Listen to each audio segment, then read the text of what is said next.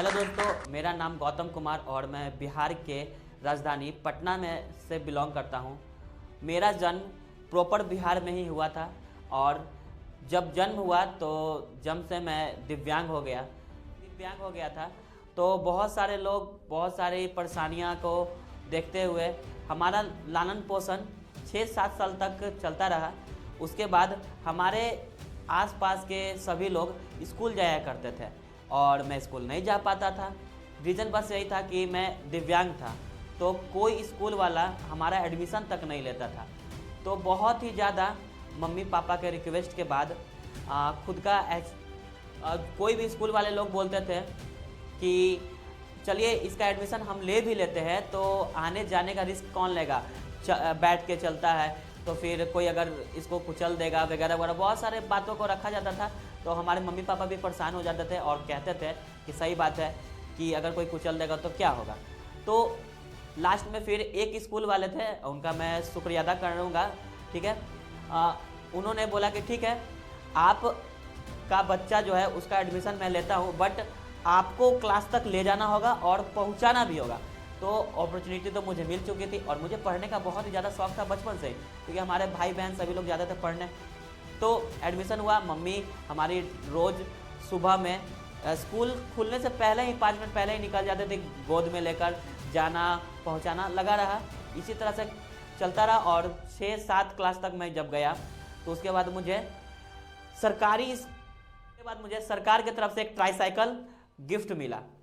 Gift का कहूँगा, बहुत ही परिश्रम करने के बाद वो साइकिल मिला। उस साइकिल के सहायता से, वो जो हाथ से चलाने वाला ट्राईसाइकिल होता है वही, तो उसके सहायता से मैं स्कूल जाने लगा। फिर थोड़ा सा मैं बड़ा हुआ और मार्केट में निकलने के बाद ऑब्वियसली सभी लोगों को ज्ञान की प्राप्ति होती है, तो मुझे भी कुछ ज्ञान की प्राप्ति हुई। तो सर लोग भी देखने लगे कि नहीं, लड़का बहुत ज़्यादा टैलेंटेड है, अब सहारे की ज़रूरत नहीं है। तो बहुत सारी जगह पे मैं खुद भी जाने लगा। उसके बाद स्कूल बदला, हालात बदले, सब कुछ बदला।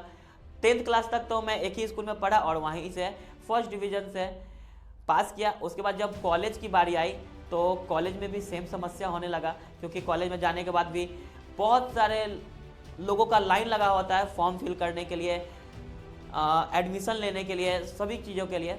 तो वहाँ पे, और साथ में मैं आप सभी को बताना चाहूँगा कि मेरा जो घर है, घर से मेरे कॉलेज की डिस्टेंस करीब 15 से 16 किलोमीटर था और मैं उसको भी अपने ट्राईसाइकिल से ही चला कर जाता था, क्योंकि उस समय तक मेरे दिमाग में ये घुस चुका था कि सहारा कब तक किसी का लिया जाए। आज न कल तो लोग पीछे हटेंगे ही।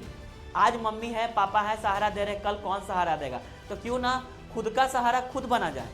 तो इसको देखते हुए मम्मी पापा लोग और साथ में भैया भी बोलते थे चलो मैं पहुंचा देता हूं, लेकिन नहीं, भैया को, मम्मी पापा को, सभी लोगों को बोलता था नहीं, मैं खुद जाऊंगा और खुद अपना काम करवाऊंगा। तो उसी के सहारे मैं अपने कॉलेज में एडमिशन करवाया। कॉलेज में एडमिशन करवाने के बाद उसमें मैं पढ़ाई किया। पढ़ाई करने के बाद उसमें भी मेरा जो एजुकेशन था बहुत ही ज़्यादा अच्छा था और उसमें भी मैं फर्स्ट डिवीज़न से पास किया। तो उसके बाद हमारे घर वाले को भी लगने लगा कि नहीं, बेटा मेरा बहुत ही ज़्यादा मेहनती है, इसको और अच्छे जगह पे पढ़ाया जाए। लेकिन बात यहाँ ख़त्म नहीं होने वाली थी। मैं एक मिडिल क्लास फैमिली से बिलोंग करता था और हमारे घर में 4 भाई बहन थे हम लोग, तो सभी लोगों को पढ़ाना उतना ये नहीं हो सकता था। तो मैं सोचा था ही कि जैसे ही मेरा 10th कंप्लीट हो जाएगा मैं कुछ ना कुछ काम करूँगा और उससे ही मैं अपना आजीविका को चलाऊँगा। तो शुक्रिया अदा कुछ लोगों का कि हेल्प हुआ। साथ में हमारे भैया एक मोबाइल का शॉप खोले, तो उसमें मैं जाकर उनके साथ मिलजुल के काम करता था। भैया को जो इच्छा लगता था हम, और साथ में जो मेरा ज़रूरत होता था भैया पूरा करते थे, क्योंकि वहाँ पे मेहनत कर रहा था ना मैं। तो वैसा चलता रहा। कुछ दिनों के बाद भैया अपने दूसरे बिजनेस में चले गए और पूरा दुकान मुझे छोड़ के चले गए कि चलो अब तुम पूरा दुकान को संभालो। और उसी के सहारे मैं अपना एजुकेशन करता रहा।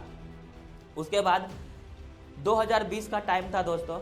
2020 में मेरा पढ़ने का बहुत ही ज़्यादा शौक था बचपन से ही। तो 2020 में मैंने एक बीपीएससी के कोचिंग में एडमिशन करवाया, लेकिन पता नहीं भगवान की कुछ और ही मर्जी थी, लॉकडाउन आ गया।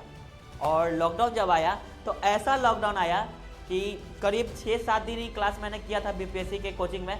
उसके बाद कोचिंग बंद, कॉलेज बंद, सब कुछ बंद हो गया। अब किया क्या जाए, साथ में दुकान भी बंद, टोटल सब कुछ बंद। तो घर में बैठे बैठे मैं भी बोर हुआ करता था। तो उस समय हम अपना घर, जैसे कि थोड़ा सा हम लोग का लेवल थोड़ा सा अच्छा हुआ, तो हम लोगों ने सोचा क्यों ना अपना घर बनवाया जाए। तो पुराना घर को तोड़कर नया बनवाने की कोशिश में लगा हुआ था। तो पूरा घर टूट चुका था, हम लोग रेंट पे रहते थे। उस समय लॉकडाउन हुआ, स्थिति धीरे धीरे थोड़ा सा ठीक नहीं लगने लगा, अच्छा नहीं लगने लगा। अब क्या किया जाए, प्रॉब्लम ही प्रॉब्लम है। अब आपत्ति जो है कैसे आ जाए कुछ पता ही नहीं चलता है दोस्तों। तो ऐसे ही मैं अपने घर में बैठा था, तो हमारे घर के सामने एक छोटा बच्चा रेलिंग पे बैठ के पढ़ाई कर रहा था। तो मैं उससे पूछा कि क्या चीज़ पढ़ रहे हो? तो बोलता है कि मैथ्स पढ़ रहा हूँ। तो प्रॉब्लम है क्या कुछ? तो बोलता है कि हाँ कुछ प्रॉब्लम होता था। मैंने उसको बोला क्योंकि मैं तो पढ़ने में तेज था ही, तो तुम मेरे घर आ जाओ, मैं तुम्हें पढ़ाऊँगा। उसके बाद क्या हुआ कि वो बच्चा, लॉकडाउन का टाइम था, कोई किसी के कोचिंग में ये समय नहीं जाता था, घर के बगल में था तो आना भी कोई गलत बात नहीं था। तो वो मेरे घर आने लगा पढ़ने के लिए। साथ में जब उसको मैं पढ़ाया तो बहुत ही ज़्यादा उसको अच्छा लगने लगा। तो वहाँ के आसपास के जितने सारे बच्चे लोग थे, सभी बच्चे को तो कॉलेज, सभी बच्चों का स्कूल तो बंद था। तो सभी बच्चों के गार्जियन जो थे वो बोले कि गौतम क्या आप हमारे बच्चों को पढ़ाइएगा, क्या आप हमारे बच्चों को पढ़ाइएगा। तो देख सकते हैं दुकान बंद होने के बाद मेरा जो इनकम का स्रोत था वो कोचिंग बन गया। ऐसे ही अपने रूम में ही करीब 10-12 बच्चों को बैठा के मैं पढ़ाया करता था। उसके बाद पढ़ाते पढ़ाते मेरी रुचि पढ़ाई में शुरू हो गई। और तो और कभी कभार क्या हुआ कि हैंडीकैप्टेड पर्सन होने के कारण से 1-2 सेक्टर में हमारा जो जॉब था वो भी हुआ था, लेकिन हैंडीकैप्टेड का जो परसेंटेज था वो ज़्यादा होने की वजह से मैं वहाँ से वंचित रह गया और मेरा दिल पूरा टूट गया। उसके बाद मैं अपने घर में बोला कि मम्मी अब हमसे सरकारी जॉब का तैयारी नहीं हो पाएगा, मैं अपना खुद का बिजनेस कुछ करूँगा, खुद का कुछ लाइन पकड़ूंगा और उसी में आगे बढ़ूंगा। तो कोचिंग तो चल ही रहा था, अभी भी कोचिंग चल ही रहा है और मेरा एक सपना है जो कोचिंग कभी भी बनेगा। उसके बाद हमारे एक भैया है जिनका नाम सुमित है, हमारे घर में आया करते थे। वो यूट्यूब लाइन से रिलेटेड अपने काम को करते थे। तो उन्होंने बताया कि क्यों ना तुम जब ट्यूशन पढ़ाते हो तो एक एजुकेशन सेक्टर का चैनल खोलो और उस पर पढ़ाओ। तो मैं एक एजुकेशन चैनल भी ओपन किया, बट मुझे वहाँ मन नहीं लगा। 2 चीज़ मुझे बहुत ज़्यादा अच्छा था, एक पढ़ना और दूसरा घूमना। तो पढ़ाया था लेकिन उसमें उतना ज़्यादा अच्छा से रुचि नहीं हो पाया। तो मैंने एक और चैनल ओपन किया जिसका नाम है गौतम BR ब्लॉग। उस चैनल पे मैं ट्रैवलिंग किया करता हूँ और लोगों को जगह को एक्सप्लोर करके दिखाता हूँ। जैसे कि अपने बिहार में बहुत सारे ऐसे जगह है जो कि लोगों को अभी तक नहीं पता है, वैसे जगह को मैं एक्सप्लोर करता हूँ और दिखाता हूँ ताकि अपना बिहार आगे बढ़ सके। और जो भी लोग सोचते हैं कि बिहार में का बा, तो भाई आइए ना, बिहार में बहुत कुछ है। ट्रैवलिंग वीडियो स्टार्ट किया, उसके बाद फैमिली में भी रिलेटेड बहुत सारा वीडियो बनाता हूँ। तो बस लाइन यहाँ से चलता रहा। बहुत बार ऐसा होता था कि मैं जब मार्केट में निकलता था वीडियो शूट करने के लिए, तो ऐसे स्टार्ट करता हूँ और तो मैं तो बैठ के चलता हूँ, तो एक हाथ के सहारे बैठ के और चलता हूँ और एक हाथ से ब्लॉगिंग किया करता था। तो बहुत सारे लोग मुझे देख के हम पे तरस करने लगते थे कि क्या ये सब फालतू का काम कर रहे हो, इससे अच्छा है तुम सरकारी जॉब करो, इसमें कुछ नहीं होने वाला है।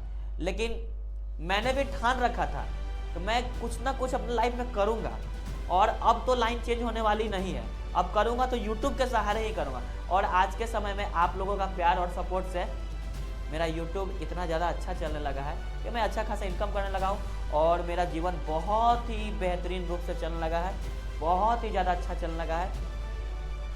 तो मेरा जो जीवनी बस यही था। बाकी एक बात मैं आप सभी को लास्ट में जाते जाते यही कहना चाहूँगा कि ये सब के पीछे हमारा सोसाइटी, हमारा फैमिली, हमारे फैमिली के मेंबर लोग बहुत ही ज़्यादा सपोर्टिव थे, क्योंकि हमारे जैसे हैंडीकैप्टेड पर्सन जो लोग होते हैं, उनके सोसाइटी के लोग उनको इतना ज़्यादा प्रताड़ित करते हैं, उनको देखते हुए और उनका इतना ज़्यादा मजाक उड़ाते हैं कि लोग घबरा के और बहुत कुछ उनके अंदर में करने का मन होता है लेकिन वो कर नहीं पाते हैं।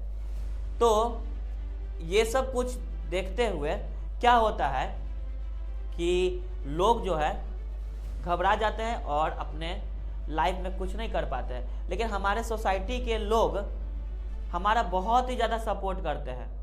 आज तक कभी भी कोई लोग मेरा मजाक तक नहीं उड़ाया है, सभी लोग मेरा हेल्प करते हैं। कभी भी किसी भी प्रॉब्लम फंसता हो, अगर मैं बोलता हूँ कि इस प्रॉब्लम में फंस गया हूँ, सभी लोग बेहतरीन रूप से मेरा हेल्प करते हैं। तो सबसे ज़्यादा मैं यूथ टॉक चैनल को बहुत ज़्यादा धन्यवाद देता हूँ कि उन्होंने मुझे अपना बातों को रखने का अवसर प्रदान किया। यूथ टॉक एक नया प्लेटफॉर्म है जो कि हमारे बिहार के 2 स्टूडेंट लोग मिलकर ओपन किए हैं। आप लोग भी भाई को सपोर्ट करिए ताकि हमारा बिहार आगे बढ़ता रहे। और बिहार में काफ़ी लोग ऐसे हैं जो कि अपने लाइफ में बहुत ज़्यादा मेहनत करके और बहुत बड़ा मुकाम हासिल किए हैं। तो उन सभी के जीवनी को इस प्लेटफॉर्म पे रखा जाएगा।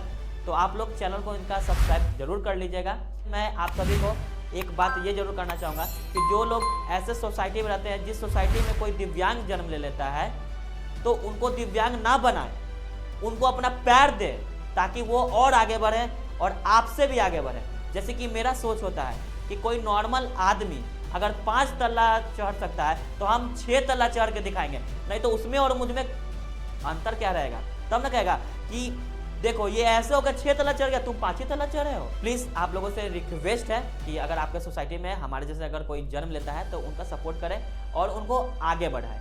मैं वैसे दिव्यांग लोगों से अपील करना चाहूँगा कि आप भले ही अपने अंग से दिव्यांग है, लेकिन आप अपने शरीर से दिव्यांग, दिल से दिव्यांग और मानसिकता से दिव्यांग नहीं है। तो देख सकते हैं मैं भी दिव्यांग था और मैं भी अगर आप लोग जैसे हार मान लेता तो मैं भी कहीं कोई मंदिर मस्जिद के आगे भीख मांगते नजर आता। ये रियलिटी है भाई।